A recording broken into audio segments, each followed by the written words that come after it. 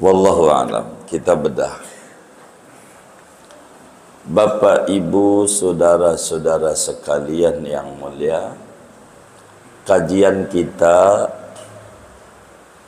masih meneruskan pertemuan sebelumnya, berbicara tentang solat berjamaah yang fadilahnya dijelaskan dalam satu hadis yang sahih lebih tinggi dibanding solat sendirian daripada 27 derajat.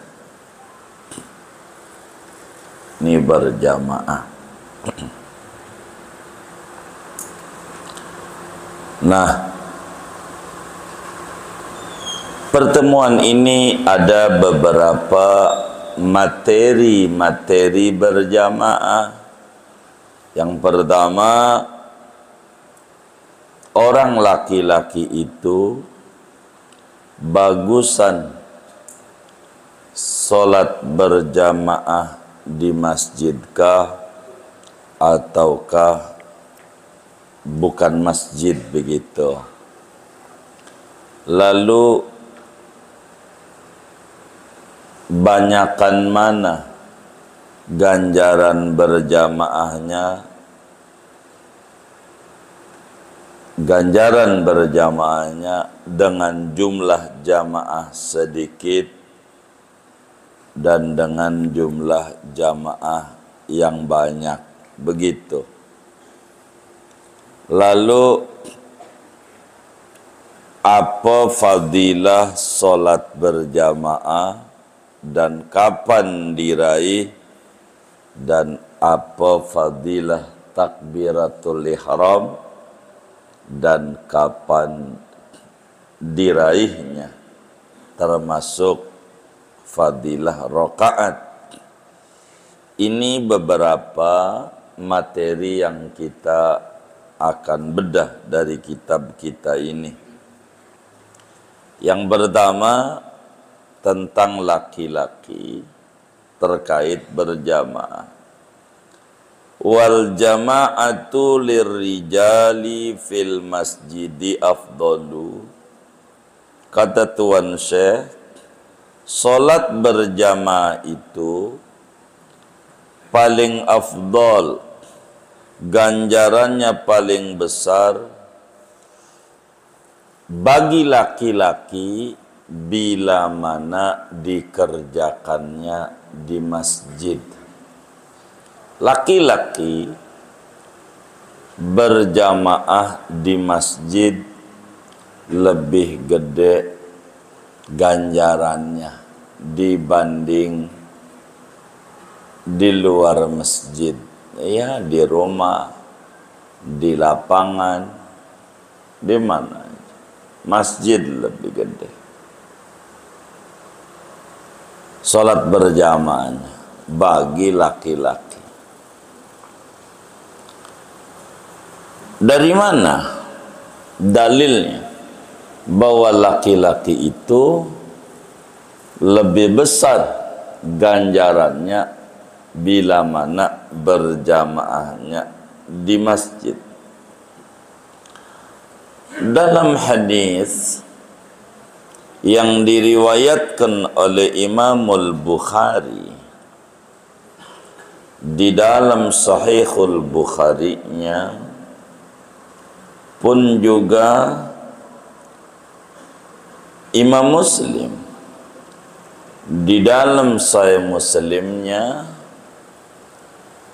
meriwayatkan dari sahabat Nabi Sayyidina Zaid bin Thabit radhiyallahu ta'ala an. Kata Sayyidina Zaid bin Thabit, qala Rasulullah sallallahu alaihi wasallam, fa inna afdala salatil mar'i fa inna afdala salati salatul mar'i fi baitihi illal maktubah. Kata baginda Rasul sallallahu alaihi wasallam, fa inna afdalas salati salatul mar'i fi baitihi illal maktubah. Sesungguhnya paling gedenya ganjaran solat yaitu solatnya seorang laki-laki di rumah, kecuali kalau solatnya fardu, itu mah di masjid lebih afdol dibanding di rumah. Begitu. Bagaimana kalau laki-laki solatnya di rumah? Boleh aja. Kalau ditanya boleh, boleh aja. Kalau di rumah apa namanya? Ya kalau di rumah namanya laki-laki solehah. Apaan? Laki-laki solehah. Begitu. Boleh aja. Kalau boleh. Kalau sholat sunat, bagusnya di rumah. Bagusnya. Kalau mau nyari ganjaran gede, qobliyah di rumah, ba'diyah di rumah. Begitu tuh. Sholatnya, tahajud di rumah. Itu gede ganjaran. Cuman kalau di rumah bakal keburu, waduh kalau saya di rumah tuh udah keburu nubruk cucu, udah repot. Nah yaudah kalau jawabannya begitu, bagusan di masjid. Tapi secara umum, kalau sholat sunnah bagusnya di rumah. Kecuali beberapa sholat sunnah yang disyariatkannya di masjid, itu lebih tinggi. Contoh duha, Nabi selalu duhanya di masjid. Maka duha di masjid lebih utama ketimbang di rumah. Begitu. Saya kalau di masjid nggak bisa, udah kerja. Kalau di rumah bisa, ya bagus di rumah. Yang penting prinsipnya ngerjain. Ntar ini lagi ngomongin teknis-teknis. Nilai-nilai plus. Begitu. Nilai plus. Nilai plus. Itu begitu. Jadi jamaah, lebih tinggi ganjarannya bagi laki-laki di masjid. Di samping daripada hadis qauli yang diriwayatkan oleh Imam Bukhari Muslim, lagi pula Rasulullah sallallahu alaihi wasallam dan para sahabatnya sesudah baginda Rasul meninggal dunia, ya ngerjainnya selalu di masjid. Lalu bagaimana bagi perempuan? Ini kan laki-laki masalah. Maknanya bagi perempuan, ganjaran yang paling gede bila mana sholatnya di rumah. Jadi wal jama'atu lin nisa fi buyutihinna afdal. Sholat berjamaah perempuan, seturu-turu perempuan, itu lebih afdol di rumah. Perempuan di rumah. Di masjid ya boleh. Kalau ngomong boleh mau boleh perempuan di masjid. Begitu. Tapi kalau ganjaran pengen gede ya di rumah. Begitu. Kata Nabi, la tamna'u ima Allahi masajidallah wa buyutuhunna khairun lahunna. Jangan dilarang perempuan sholat di masjid, jangan. Kata Nabi, jangan larang. Tapi bilangin aja, kalau pengen nyari ganjaran gede di rumah, terserah dia mau milih mana. Mau ganjaran gede, mau dikit. Kalau dia milih dikit di masjid, milih gede di rumah. Perempuan sama orang laki, kalau milih gede di masjid, begitu. Kalau dia milih dikit di dalam rumahnya, dalam rumah, begitu. Dalam rumah, begitu. Ini ganjaran berbicara berjamaah.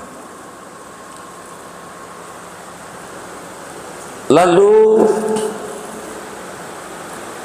apakah mutlak tidak orang laki-laki jamaah di masjid lebih gede? Itu ada catatan.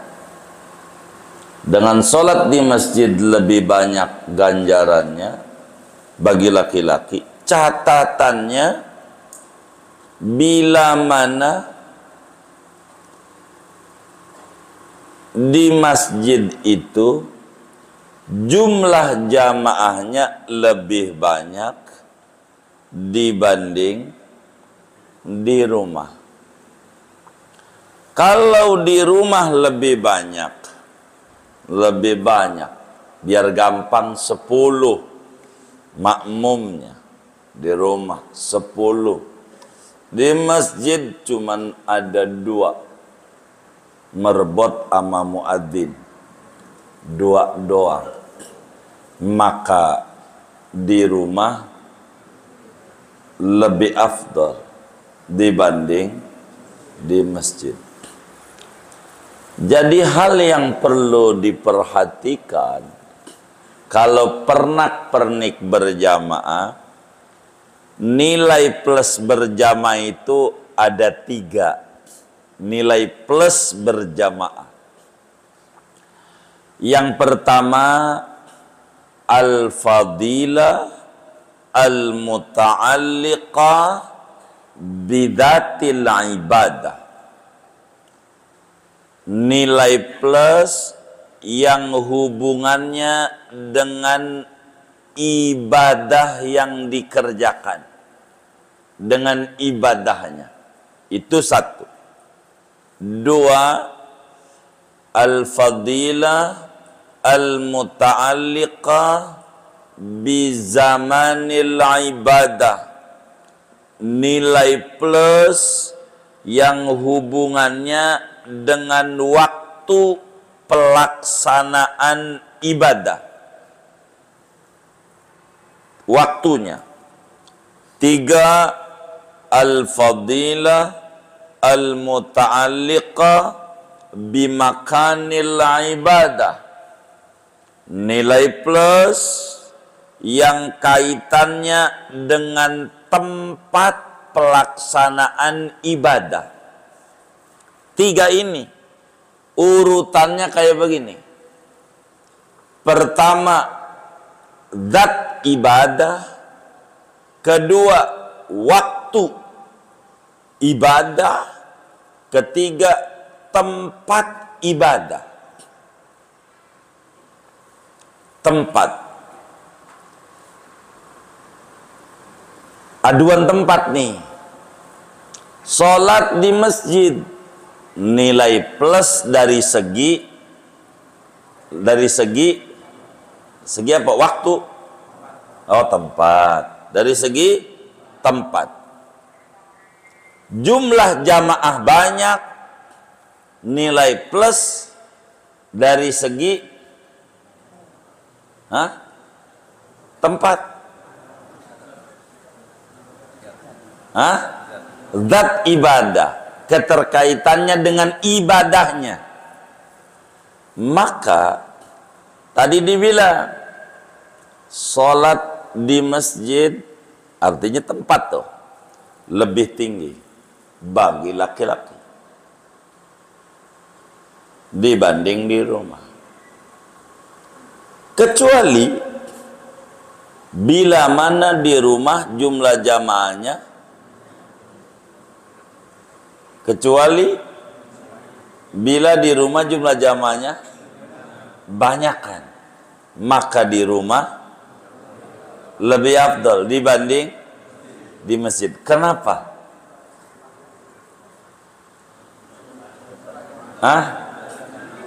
Karena yang ini hubungannya sama ibadah. Begitu. Ini aduan. Di rumah makmum 2 orang. Di masjid 2 orang.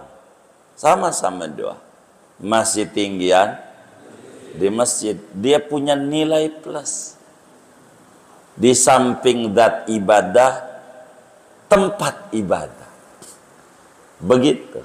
Di samping zat ibadah, tempat ibadah. Di masjid jamaahnya banyak kan, di rumah dikitan. Itu udah otomatis. Ini nggak dibicarakan. Itu tinggal di masjid. Kecuali di rumah banyak kan jamaahnya. Andai terjadi begitu, di masjid di kita, andai ini bagus mana?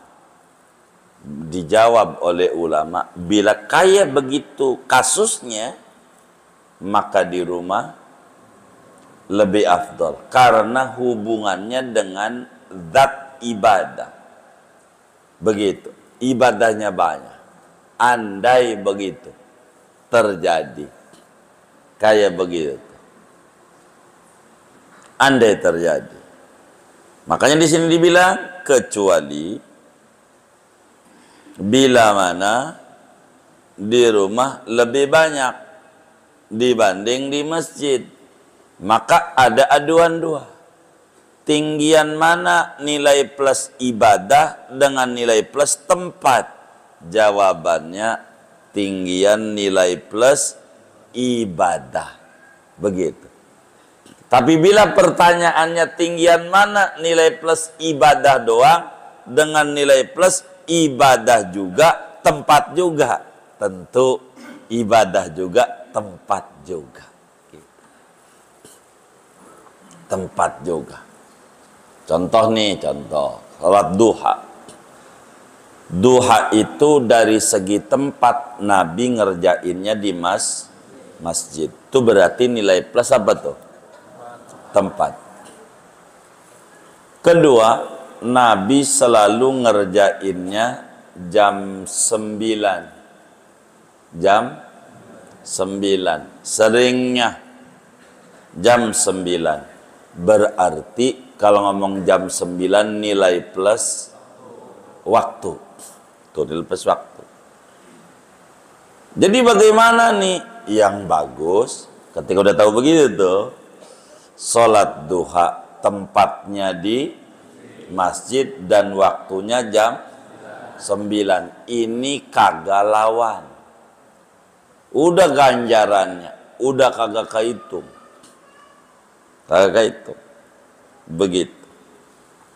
Sekarang berbenturan, diadu begitu.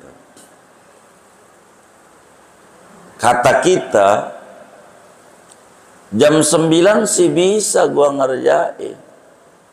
Tapi tempatnya di kantor. Atau di kebun. Di ladang. Tempat mancing. Jam 9. Tapi bukan masjid. Bisa sih saya tempatnya di masjid, tapi jamnya tengah 7. Bukan jam 9, karena saya harus berangkat kerja. Bila dihadapkan dengan pilihan kayak begini, gitu. Kan begitu. Kayak begini nih.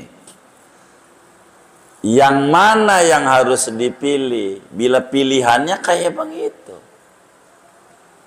Bila pilihannya kayak begitu, ambil yang sisi waktu. Waktu dan tempat, tinggian waktu. Tinggian waktu. Maka buat Anda, bila terjadi begitu, Anda sholat duha jam 9 aja.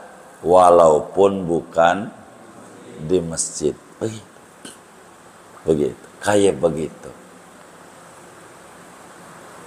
Tapi jam 9 bagusnya di mana? Di rumah apa di masjid? Nah kalau ditanya begitu mah udah jawabannya udah maklum begitu.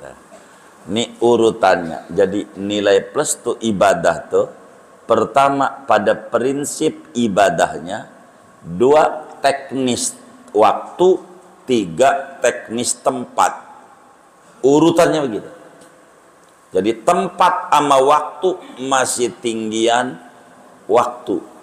Karena Islam amat sangat peduli sama waktu. Kayak begitu. Sama waktu. Itu begitu. Ini kita dalam timbang-timbang. Waktu. Begitu.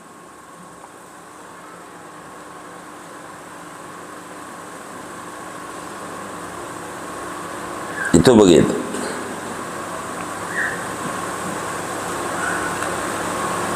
Jadi berjamaah laki-laki di masjid lebih afdal, sebab di masjid umumnya jamaahnya lebih banyak dibanding di rumah. Tapi bisa jadi kasusnya orang berbeda-beda. Dia telat macamnya, ya kan? Habis kondangan bareng-bareng jam 1 lah ibarat zuhur lah, di masjid jam 1 bisa sendiri-sendiri. Ini di rumah nih berjamaah. Nah, itu namanya zat ibadah. Kayak begitu. Maka itu lebih afdal. Tuh ajarannya.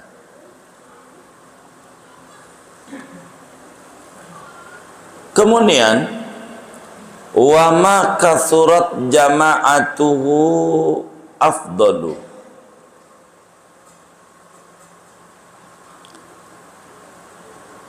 Salat berjamaah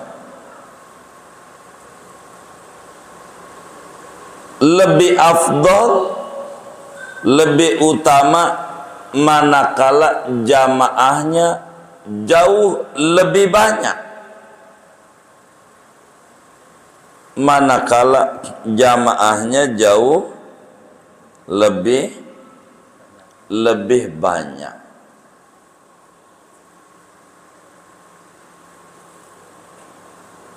Artinya begini, kita bertetangga dengan 2 masjid atau 2 musola begitu. Ada 2 masjid. Kemana kita harus memilih ikut untuk memilihnya? Maka kita memilihnya ada 2 masjid. Ikut mana? Ada masjid yang satu rada dekatan dengan rumah, 100 meter. Ada masjid ya rada jauhan. Nah, ini saya kemana? Ke kanan apa ke kiri begitu? Maka bila orang bertanya begitu, kita jawab, mana yang jamaahnya paling banyak? Oh, yang jamaahnya paling banyak ya yang rada jauhan itu. Di sono ente ikut lebih afdal. Begitu. Makin banyak jumlah jamaahnya, makin besar. Kalau kayak begini, mungkin ada kasus di lingkungan ada 2 musola, 2 masjid dan seterusnya, dan mungkin tidak ada. Yang sering terjadi begini, ini sering kasusnya nih. Kita sholat telat, kayak macam di rest area nih sering begitu, telat karena jam 12 masih di ya jalanan tol, jam 1 lah ibarat zuhur nyampe rest area KM 50 udah nggak ada begitu di rest area jam 1. Kita telat. Ada orang sholat jamaah 2 rombongan. Kan begitu tuh. Tahu 2 rombongan? 2 grup. Di sini ada, di sono ada. Kita ikut mana ini? Ngikutnya ini. Begitu. Ikut sini aja apa ya? Dilihat. Hitung dulu, jangan main ikut-ikut. Begitu. Hitung dulu. Mana yang makmumnya banyakkan. Yang makmumnya banyakkan lebih gede ganjarannya dibanding yang makmumnya dikit. Itu 9, 11 ikut sini. Begitu. Jangan main ikut-ikut aja. Yang banyakkan. Cuman yang dikit ini pakai sarung. Yang ini pakai celana. Enggak ngaruh. Begitu. Begitu. Kayak begitu. Dilihat jumlah jamaahnya lebih banyak, lebih afdol dengan jumlah jamaahnya dikitan. Begitu, dikitan. Pengusaha nih. Ini kaitan dengan jamaah dalam ilmu kehidupan. Namanya as-siyasah.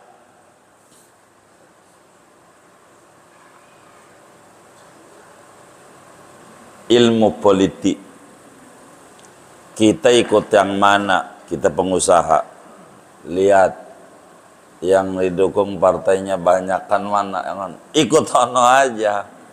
Begitu. Jadi duit hilang, ntar ada gantinya dari proyek-proyek begitu. Itu begitu. Itu dari ini nih. Itu begitu. Jadi bila mana berjamaah itu ada banyak diadakan tempatnya, maka pilih yang jumlah jamaahnya banyak. Itu ganjarannya lebih besar.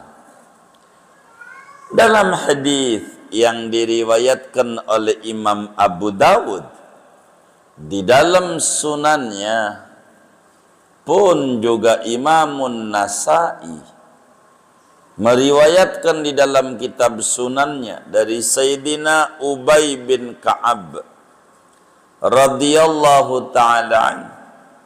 Kata Sayyidina Ubay bin Ka'ab, qala Rasulullah sallallahu alaihi wasallam, wa inna salatar rajuli ma'ar rajuli azka min salatihi wahdah wa salatuhu ma'ar rajulaini azka min salatihi ma'ar rajul wa ma kasura fahuwa ahabbu ilallahi ta'ala. Kata Nabi Yuna Muhammad sallallahu alaihi wasallam, sesungguhnya solatnya orang dengan makmum satu orang, makmumnya satu, itu lebih afdol dibanding solat sendirian. Sendiri sama 2 masih bagusan 2 berjamaah. Begitu juga sesungguhnya solatnya seseorang dengan makmum 2 orang itu lebih afdol daripada orang yang solat makmumnya 1. Begitu seterusnya, 3 orang makmumnya lebih tinggi dibanding 2 orang, 1 orang. Begitu seterusnya. Kata Nabi, mana-mana yang lebih banyak jamaahnya itu lebih disukai di mata Allah. Allah demen dalam pandangan Allah. Makin banyak, makin bagus. makin banyak makin bagus. Tuh begitu. Makin bagus. Namun tidak mutlak.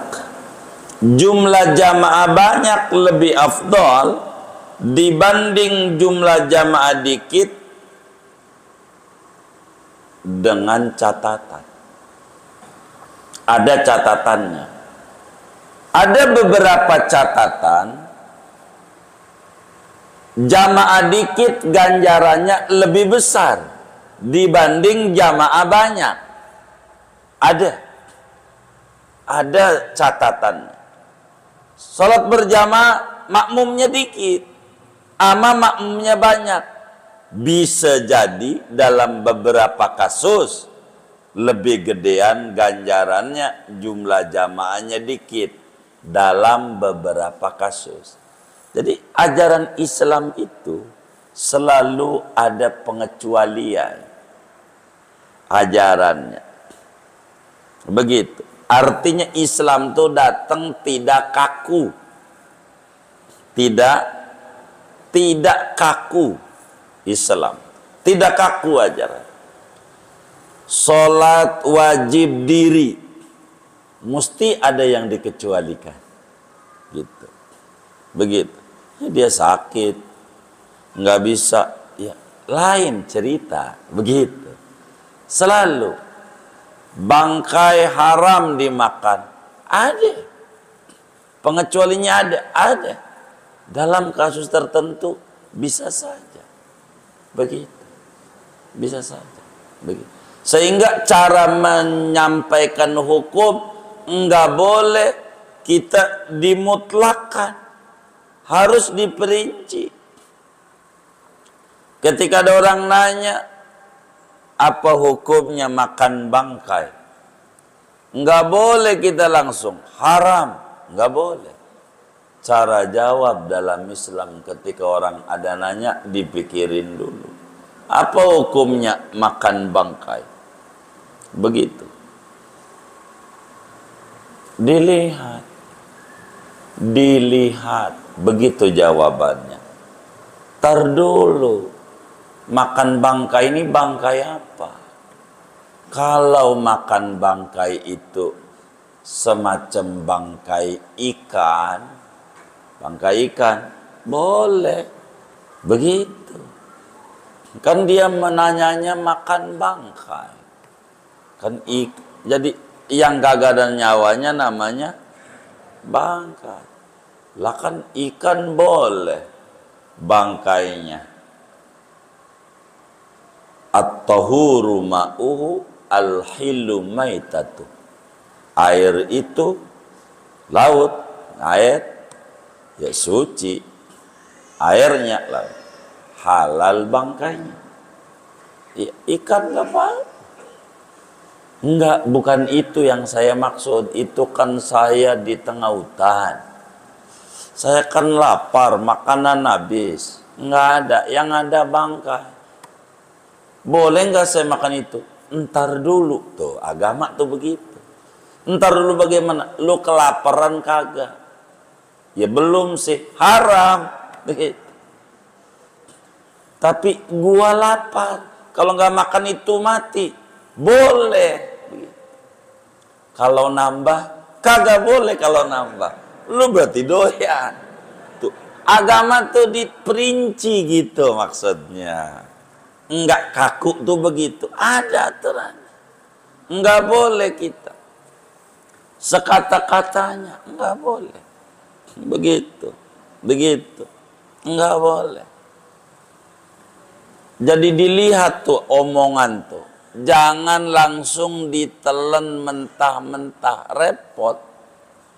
Kan sering ada tuh.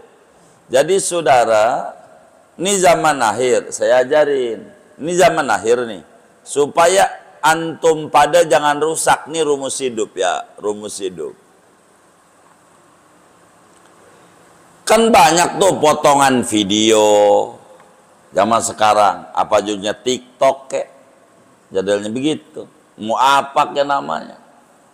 Judulnya mau WA kek, tulisan potongan. yang banyak video seringnya. Itu jangan langsung ditelan mentah-mentah. Ini kurang ajar ini orang. Ini kurang ajar. Ya entar dulu, ini namanya berita. Namanya berita.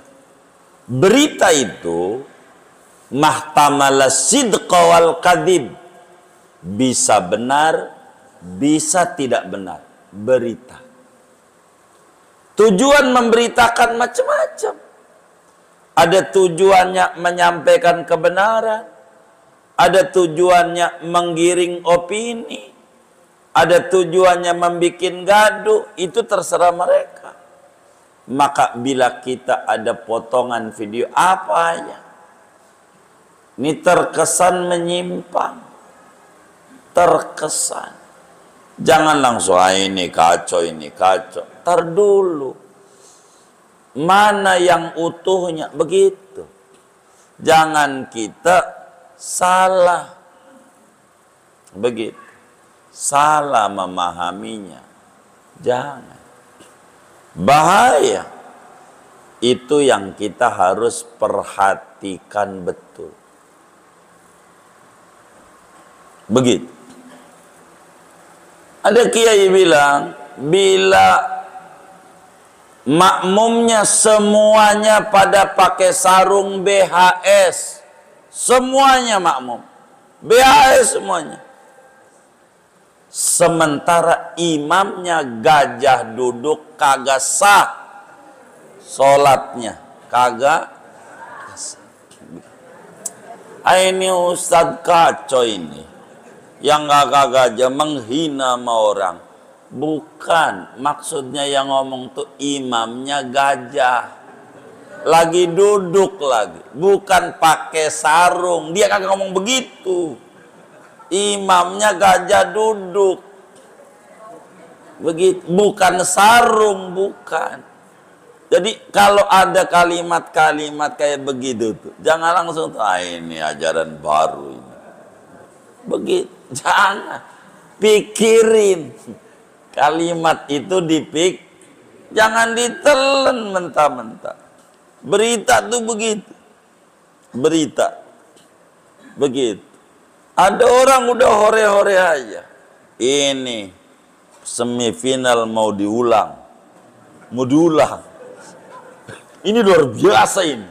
Baru terobosan, dia girang. Hebat. Kagak.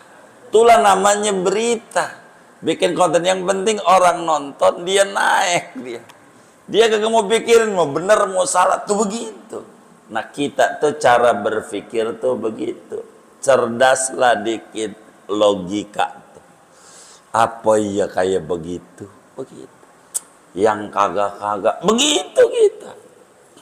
Jadi jangan sampai ujungnya begini, ujungnya begitu, begitu, ujung. Ini repot, berita tuh begitu gitu. Kalau mau didongeng. Nah, sholat berjamaah ditinjau jumlah jamaahnya. Yang mana banyakan lebih afdol dibanding yang dikitan, yang dikitan, yang dikitan. Kecuali yang dikitan lebih gede ganjarannya dibanding banyakan. Mana contohnya?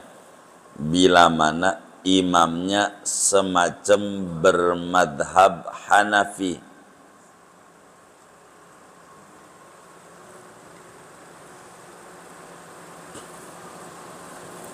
Imamnya bermadhab Hanafi.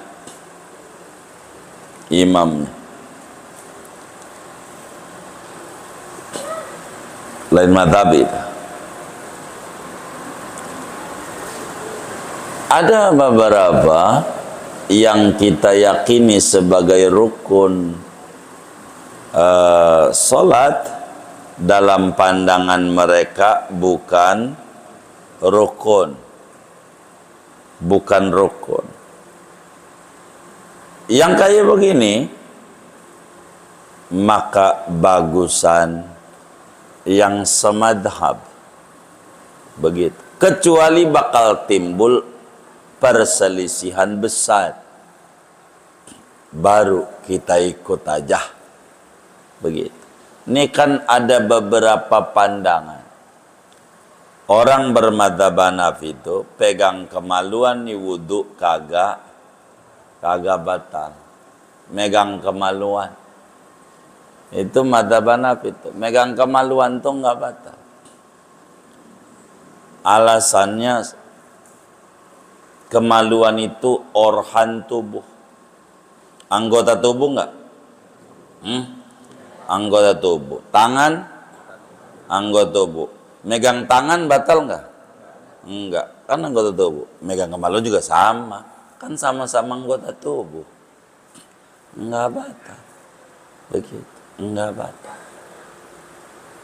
Dalam pandangan Imam Hanifah, buat pegang kemaluan enggak apa-apa. Orang sama-sama anggota tubuh. Masa megang anggota tubuh batal, megang tangan? Kan punya sendiri, nggak apa-apa.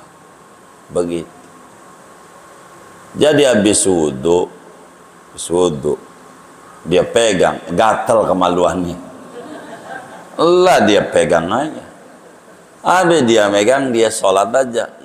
Kita Muhammadiyah tadi habis megang masalah, kita lihat lah kan kata kita batal. Ini ikut yang atunya aja imamnya. Begitu. Kayak begitu. Kalau terjadi kayak begitu, biar kita tenang dalam sholatnya. Tenang. Ini yang rukun. Kalau yang sunat jangan. Timbang subuh kunut sama kunut. Boga. Dia orang demen kunut. Timbang begitu doang. Udah makmum aja. Jadi enggak usah jadi bahan keributan. Rukun yang pokok-pokok. Begitu. Doa, bila mana yang jamaahnya banyak, imamnya fasik, tukang buat dosa besar, biar gampang, tukang mabok, begitu. Imam. Ada orang ngimamin sholat pakai celana pendek mulu. Pakai celana pendek, padahal udah ngimamin nih. Keluar rumah pada pendek. Imam. Ada yang rapi. Selalu nutupin itu pahanya. Tapi yang pakai celana pendek ini banyak. Makmumnya banyak didemenin. Udah ikutan yang dikit aja. Karena imamnya fasik. Kalau kita udah ngimamin, jangan takkan pendek lah keluar rumahnya. Kalau di rumah mau nggak apa-apa. Apalagi di kamar, ente telanjang kayak. Boleh aja. Begitu. Tapi kalau kita udah ngimamin tuh di masyarakat, yang rapihan. Udah ngimamin, yang rapihan pakaiannya. Begitu. Ngimam. Pak Imam ini mana ya? Lagi ngadu ayam. Begitu. Ngadu ayam. Begitu. Yang rapihan kalau jadi. Kalau imamnya ini kurang rapi, agamanya. Jadi, tapi jamaahnya banyak. Ada yang imamnya rapihan, tapi jamaahnya dikit. Udah ikut yang dikit itu. Karena ini urusan nama ibadah prinsip. Nyupir nih. Jangan yang ugal-ugalan supirnya. Yang rapihan. Begitu. Kayak begitu. Ini di dalam berjamaah. Au mubtadi'an, atau ketiga imamnya pelaku bid'ah. Imam pelaku bid'ah. Imam, maka ambil yang jamaahnya di kita. Keempat, bila mana masjid yang terdekat jadi kosong, dari tidak ada berjamaah. Ini contoh ya kan. Kita dihadapkan pada dua masjid, dihadapkan dua masjid atau musola lah, tergantung intinya di lingkungannya gitu. Nah, kan dibilang yang jumlah jamaahnya banyak lebih afdol. Kata kita, gua mau amalin karena ini ajaran Nabi. Tapi kitanya statusnya jadi imam. Tahu nggak jadi imam? Di kampung itu emang imamnya kita. Kalau bukan kita, orang nggak mau. Ada tuh di masyarakat itu. Jangan dia imamnya. Aduh, payah banget dah. Bacaannya itu loh, kata dia. Begitu, jangan dia. Saya pengen nih bapak ini aja. Begitu. Itu bisa terjadi dalam masyarakat. Nah, kita termasuk orangnya. Begitu umpamanya Anda. Ya udah, karena ganjaran jamaah yang makmumnya banyak lebih gedean ganjarannya, kita ke sono. Lah, di masjid atau surau atau tajuk atau musola di kita kagak ada berjamaah, emang imamnya kagak ada. Wong kita sepatutnya sebagai imam. Kalau kita nggak ada bagi kita nih, bagi orang yang kasusnya begini nih, ente biar kata imamnya cuma dua, makmumnya lebih gede. Sebab gara-gara ente nggak ada jamaah. Buat ente di situ lebih gede. Buat ente begitu. Jadi berbeda-beda orang, berbeda-beda. Dalam ganjaran berjamaah ini enggak sama. Kita lihat dalam ganjaran berjamaah. Lihat. Itu kayak begitu. Lihat. Kalau di masjid sebelah situ rada jauh tuh, emang jamannya banyak. Sebab habis sholat dikasih makan siang gratis sama susu. Umpamanya, nih umpama kan bisa aja, gitu. Namanya program kan bisa, begitu. Iya, saya mau di sono, nggak apa-apa, begitu. Emang jumlah jamaahnya banyakan, begitu, nggak apa-apa, silakan saja. Jamaah itu begitu, saat berjamaah. Bila kasusnya imamnya bandar pakong, begitu, tukang adu ayam, imamnya, atau suka udang imamin, masih juga keluar rumah pakai celana pendek begitu, mana sarungnya disampirin di leher, kan ada yang begitu ya, yang mana ini orangnya? Tuh begitu, iya, sarungnya disampirin habis sholat itu, keluar masjid aja langsung dicopot aja, gerak wah begitu. Kalau yang bila kayak begini nih, maka sholat berjamaah dengan makmum yang sedikit lebih gede ganjarannya. Begitu, imamnya begitu. Jadi rada rapian kalau kita udah ngimamin, merada rapihan. Pakaiannya tuh rada rapihan, begitu. Rada rapihan. Nantinya bakal jadi ribut, walaupun itu perbuatan kita juga. Apaan dia udah ngimamin ngadu ayam? Itu kan urusan gua tuh, begitu ujungnya. Jangan. Kalau kita udah ngimamin harus berubah. Jadi repot. Jangan bikin orang dosa. Begitu. Kan ulah kita orang ngomongin kita, ya kan? Ulah jangan. Begitu.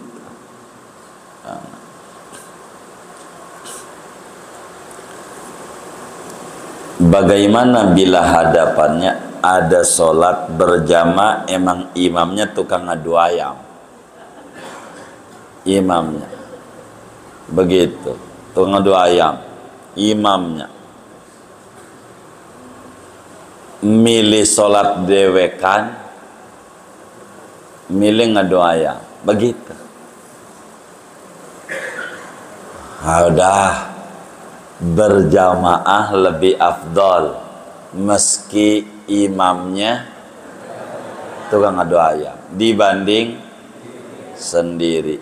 Kan suka ketemu pada bagian ini kasus-kasusnya di rest area masjid pasar, pakai lepis, nggak pakai pici, pakai kaos, begitu. Sendiri aja, jangan. Sholatlah Anda berjamaah walaupun imamnya tukang adu ayam dibanding sendiri. Dibanding sendiri. Maka di sini jelasin, fa illam yajid illa jama'atan imamuha mubtadi'un wa nahwuhu fahiya afdalu minal infiradi.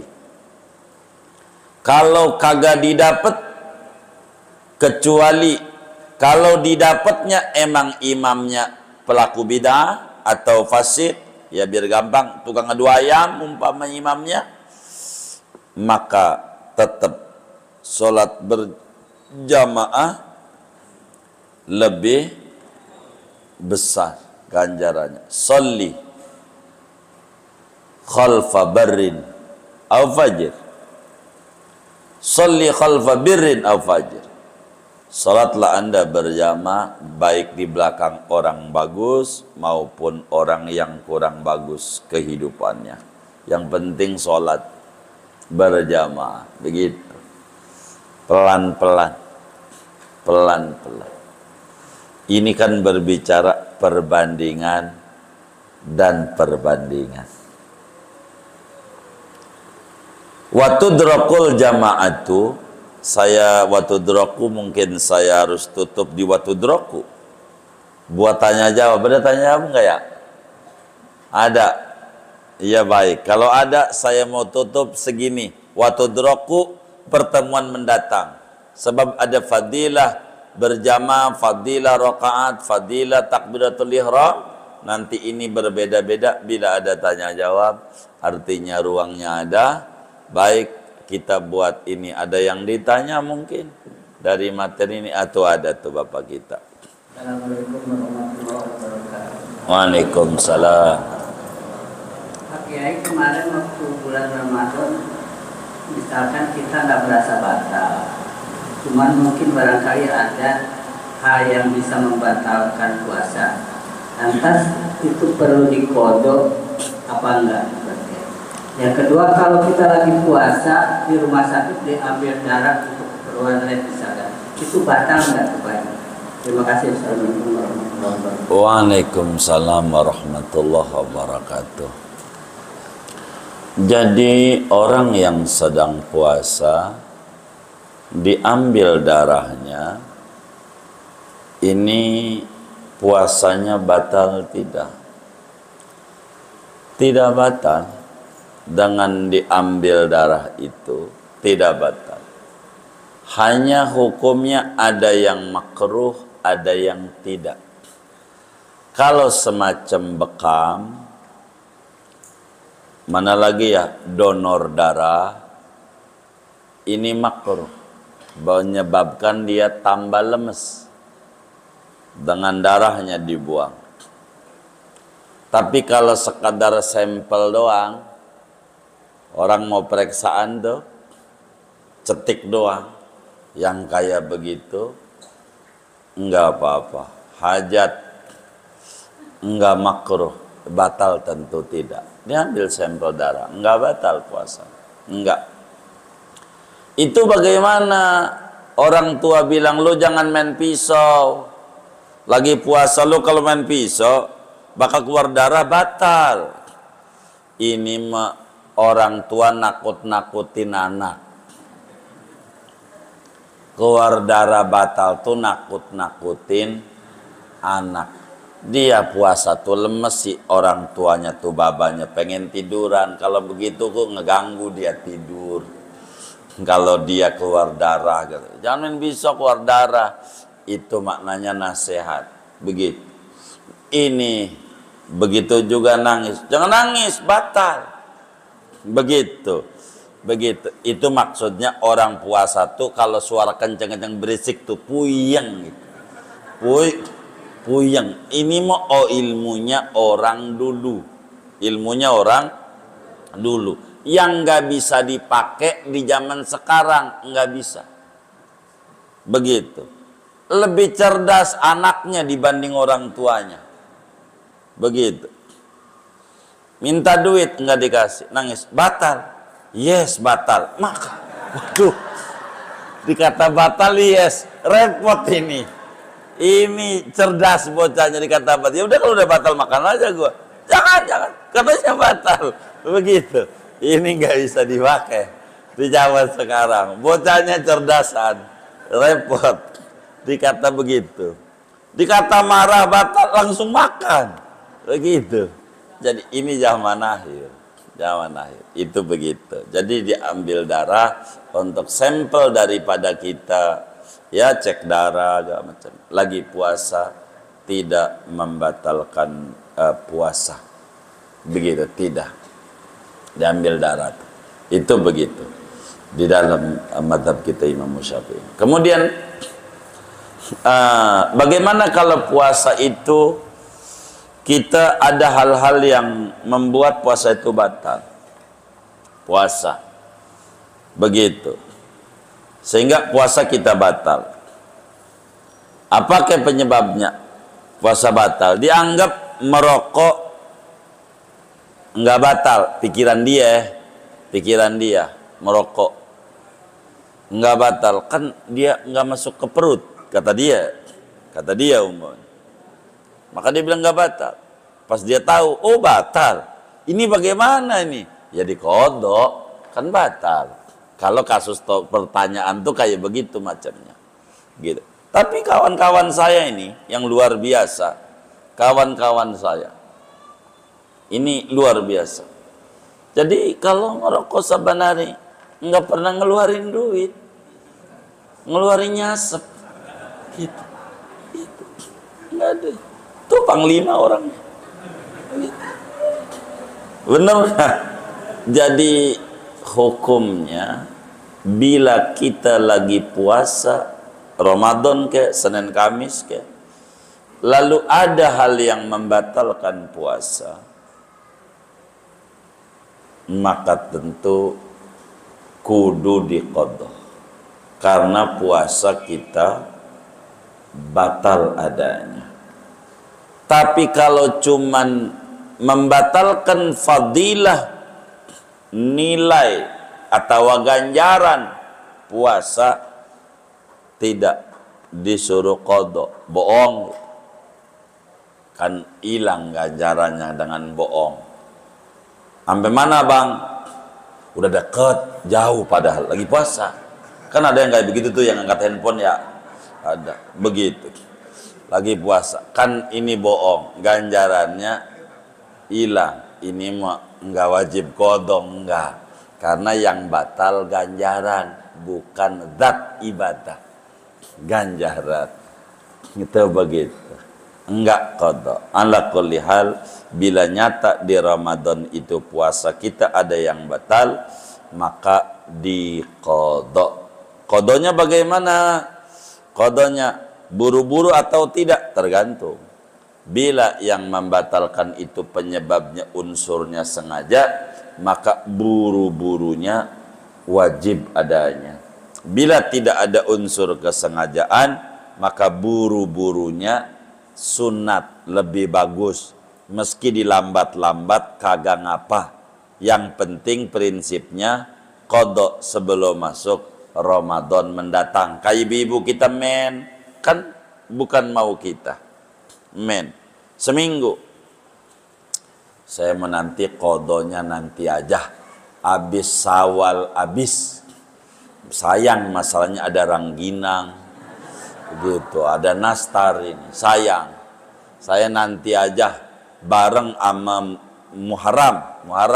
Muharraman ya nggak apa-apa, udah Muharram nih entar aja Rajab aja begitu seminggu ini ya boleh aja ketemu Rajab, entar aja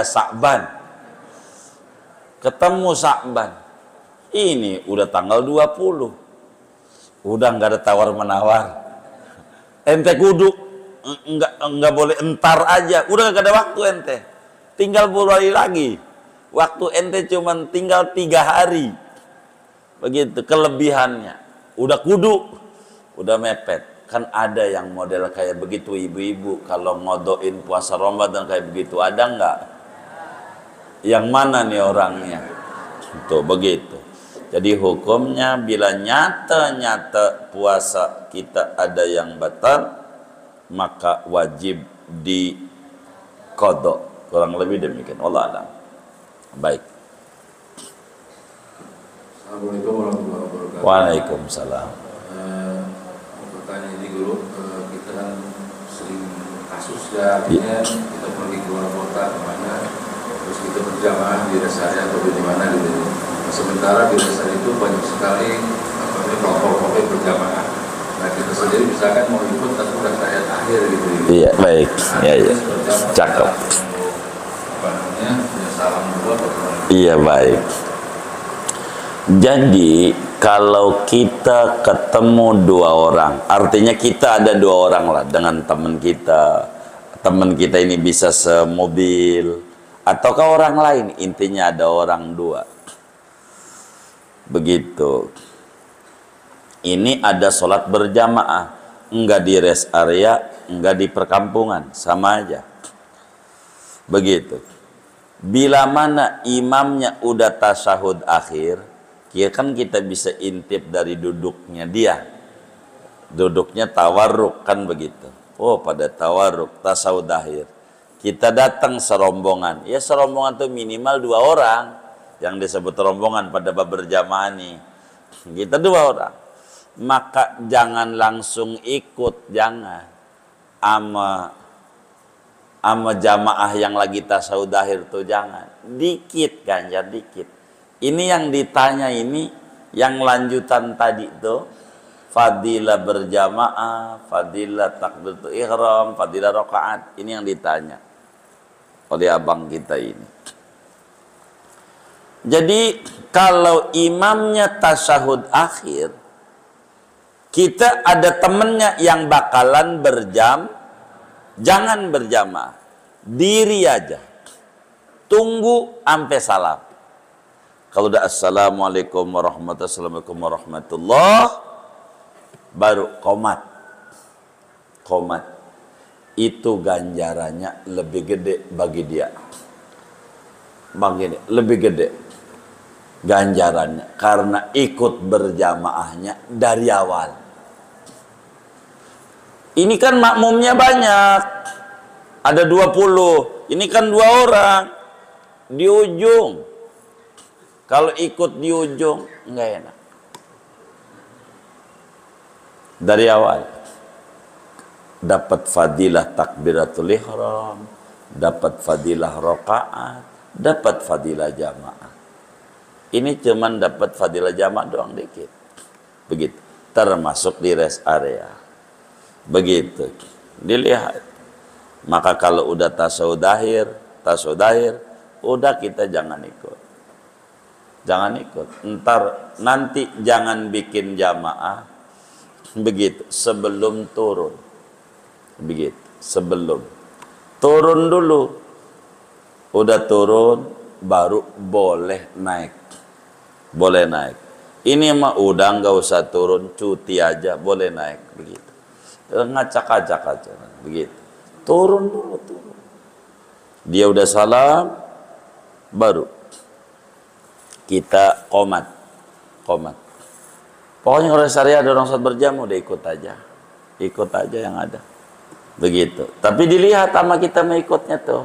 Kalau udah tasyahud akhir jangan, tunggu dulu sampai selesai. Kalau udah selesai, baru kita. Karena makruh. Ada 2 rombongan. Jangan sampai dalam satu negara ada 2 presiden. Begitu. Ada 2 kepala, ada 2 pimpinan. Repot cara ngaturnya. Begitu. Jadi nanti saut-sautan. Begitu. Biar enggak kayak begitu. Salam dulu baru naik. Itu aturannya. Ntar salam lagi baru naik. Kurang lebih demikian.